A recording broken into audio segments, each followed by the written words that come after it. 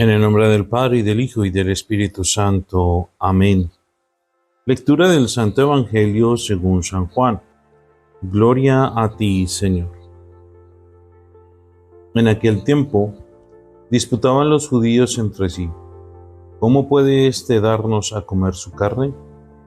Entonces Jesús les dijo: en verdad os digo, si no coméis la carne del Hijo del Hombre y no bebéis su sangre, no tenéis vida en vosotros. El que come mi carne y bebe mi sangre tiene vida eterna, y yo lo resucitaré en el último día. Mi carne es verdadera comida y mi sangre es verdadera bebida. El que come mi carne y bebe mi sangre, habita en mí y yo en él. Como el Padre que vive me ha enviado, y yo vivo por el Padre, así, del mismo modo, el que me come vivirá por mí. Este es el pan que ha bajado del cielo, no como el de vuestros padres, que lo comieron y murieron. El que come este pan vivirá para siempre. Esto lo dijo Jesús en la sinagoga cuando enseñaba en Cafarnaúm. Palabra del Señor. Gloria a ti, Señor Jesús. Bien, ya nos estamos acercando al final de este precioso capítulo 6, este discurso del pan de vida, del pan viviente. Y va concluyendo ya. El día de mañana terminaremos con los últimos versículos y con una pequeña controversia y esa profesión de fe que hace Pedro, que no nos adelantaremos, pero que ya estamos dando por concluido, ya tenemos que estar cerrando esta rica carta magna del amor que debemos tener hacia la Eucaristía y lo que el Señor nos enseña de valorar el pan del cielo. En la primera lectura del día de hoy, nosotros nos encontramos con la conversión de San Pablo, de Saulo. Saulo, Saulo, ¿por qué me persigues? Saulo, Saulo, Saulo, Saulo. Y ver cómo él, Saulo, después de perseguir la iglesia, tener el encuentro con el Señor, también, obviamente, ese bautizarse, el aprender también de la fracción del pan y de todas las costumbres y prácticas cristianas, tiene que hacernos a nosotros y nos tiene que interpelar de cómo ha sido nuestro proceso de conversión. Que claramente debemos tener presente que cada uno de nosotros en el interior, en el fondo de nuestro ser, tiene un Saulo que nos identifica precisamente con este Saulo. Un Saulo o un yo que ha perseguido a la iglesia, un yo que ha hablado, un yo que ha difamado, un yo que de alguna otra forma ha sido ha colocado trabas al Evangelio, ha colocado trabas a aquellos que siguen al Señor. Sí, también nosotros somos como ese Saulo que no reconocía la voz del Señor, pero que cuando se encontró con él y fue tumbado en el camino. Sí, interesante. Bueno, Lucas en los Hechos de los Apóstoles nos presenta a un Jesús siempre en el camino. Cuando Saulo, tiene el encuentro con Jesús en el camino y Jesús le dice qué es lo que va a hacer y cuál va a ser su misión, él la acepta generosamente. La acepta porque ha reconocido en el Señor aquel que da la vida, aquel que da la vida eterna.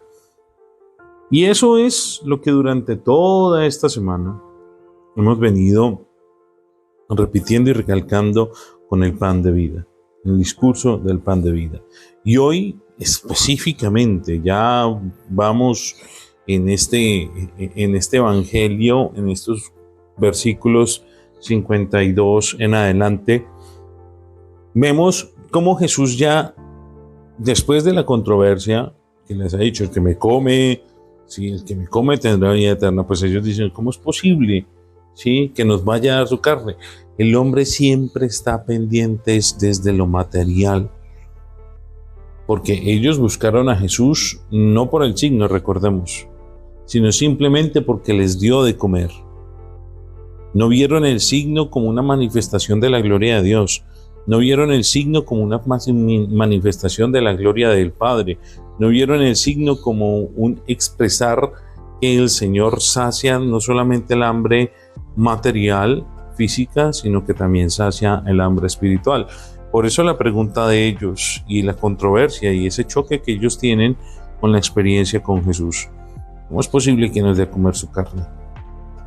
Porque tal vez pensaron en canibalismo, tal vez no entendieron realmente el trasfondo, y aún hoy en día no hemos entendido el trasfondo del que come mi carne y bebe mi sangre, vive en mí, yo en él, y tendrá vida eterna.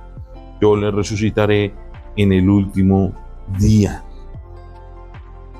Dice en la canción precisamente yo lo resucitaré, este pasaje precioso, ¿sí?